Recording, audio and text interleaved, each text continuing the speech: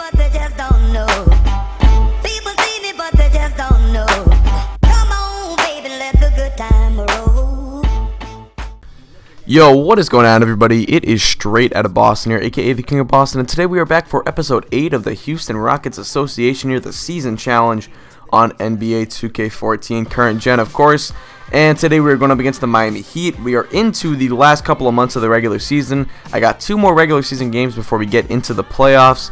If you guys are wondering, I plan on picking up the PS4 and starting my Celtics Association right around release date, but it's probably going to be a few days after, so we do have a little bit of time left with the Rockets Association. I do want to wrap this up before next gen comes out, but we got 2 more regular season games coming up. It's going to be one against the defending champs and one against the defending runner-ups, the San Antonio Spurs. That'll be, I believe, like the second or third last game of the season. So anyway, that'll be the last regular season game that I show you guys on YouTube, and then we'll get right into the playoffs. But nonetheless, take out D12, getting ready. This is a huge matchup against the Miami Heat, the best in the West versus the top in the East. And let's get right into it. It's 2-0 already early on for Houston, and James Harden misses that 3, but Dwight Howard, the man who had 26 rebounds in his Houston Rockets debut the other night, ends up putting it back in, and it's 7-0 here. A dominating performance so far. Chris Bosh trying to drive in, gives that one to Luis Scola, and Scola gets the and one. Scola was traded for, I believe, Michael Beasley at some point in the season, so he's starting at the power forward with Chris Bosh starting at the center.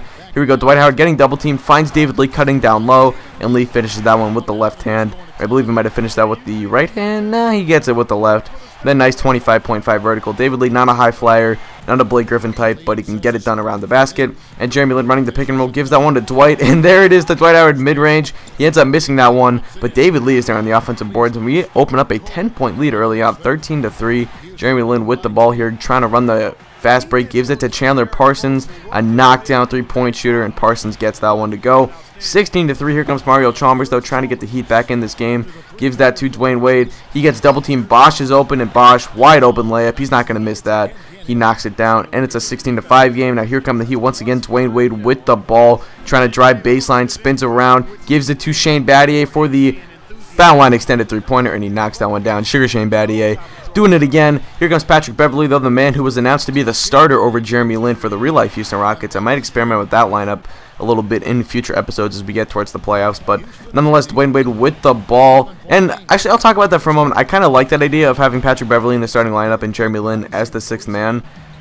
It's kind of crazy, but my friend and I always talk about this. Like, it seems like Jeremy Lin, excuse me, always kind of does better with poor players around him, and I think what it is he likes being the guy he likes being the guy. He likes being the guy with the ball in his hands at all times, running the pick and roll. And I really like Jeremy Lin in a 6-man type of role. He can finish games. Doesn't mean, Beverly's going to finish over him. And I like what Beverly's defense and 3-point shooting brings to the offensive starting lineup. So I think it's a much better fit with Beverly in the starting lineup and Lin as a 6th man. I think that's going to work out really well for the Rockets. But nonetheless, let's get back to the gameplay. It's a 14-point lead. Here we go. Isaiah Cannon following the ball, walking the dog or whatever. Reggie Williams picks it up, pulls up, and knocks it down. Reggie Williams with the buzzer beater, but did he get it off? We will have to see. No ruling yet. They're going to go to the replay here, and let's check it out. He ends up pulling up just inside of the 3-point arc, and it looks like he gets that one off over LeBron James. The bucket will end up counting, as you're going to see. The ref is going to come back out from the video monitor, and he will say that one is good. And we have opened up a 16-point lead over the Miami Heat in the first quarter. A dominating performance early on. And now it's about holding this. We have to play still to win. We can't play not to lose at this point. That's kind of a territory that teams get into at sometimes when they get up big. And that's just not something we have to fall into right now against a very talented Miami Heat team. Here comes Rashard Lewis in the post. Puts that one up over Donatas Madiayunas, and he knocks that one down. Now here we go. It's down to a 13-point game. Here comes Ray Allen running around the 3-point line. Puts that one up and knocks that one down. The greatest 3-point shooter of all time is going to knock that one down as usual. I mean, it's Ray Allen. Come on. James Harden running the pick and roll, though. Gives that one to Jeremy Lin for the 3, and Jeremy Lin knocks that one down. So match on threes for threes at this point right now. 48-35 is the score. 13-point lead. LeBron James top of the key, giving that one to Chris Bosh, who pulls up over Dwight Howard and knocks that one down himself. So it's a lot of bucket making right now. 48-39 is your score. Jeremy Lin with the ball, trying to look for James Harden coming off the screen for 3, and James Harden knocks that one down. He is hype. He knows that he's going up against the greatest 3-point shooter of all time in Ray Allen and one of the greatest shooting guards of all time in Dwayne Wade. And he wants to make a name for himself out here. But check out LeBron with the fadeaway. you know, that is a shot that LeBron did not have 3 years ago in his game, but now that it's in his arsenal, it just adds to his complex offensive game, and he's showing it right there. But James Harden for 3, he is getting up right now. It's a 13-point lead. Here comes Dwayne Wade with the ball, driving left. He's going to go towards the lane, and he gets blocked on that, but there is Greg Oden. That is right, a Greg Oden sighting. He gets the putback to go. Now Jeremy Lin pulling up, and that is good. Another buzzer beater for the Rockets, their second of the game.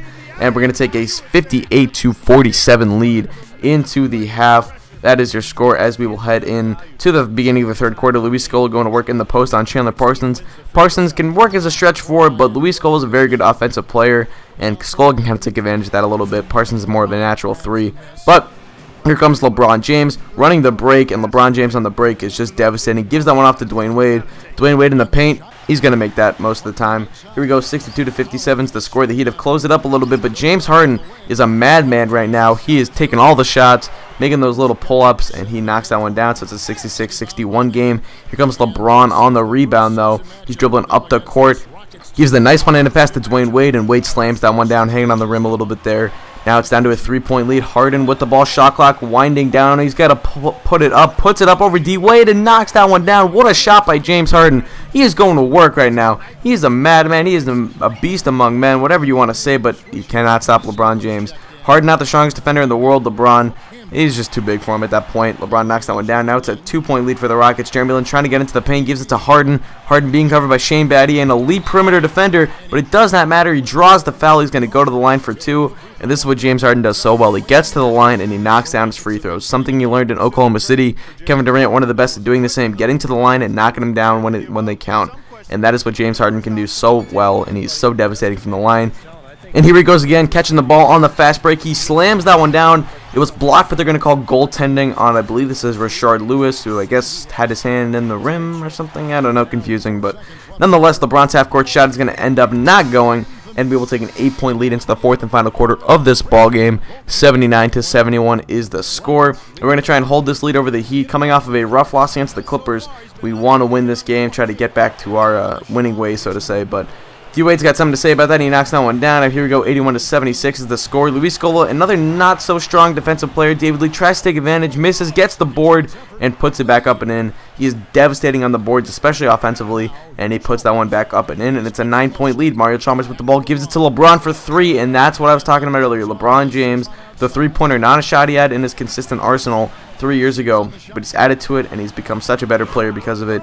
Here he goes with the nice little one-handed slam. 89-82 is the score. James Harden with the ball, running the pick and roll with David Lee. He's looking for Patrick Beverley for 3, and that is good. 92-82 is the score. That is a big 3 from Beverley, and here we go.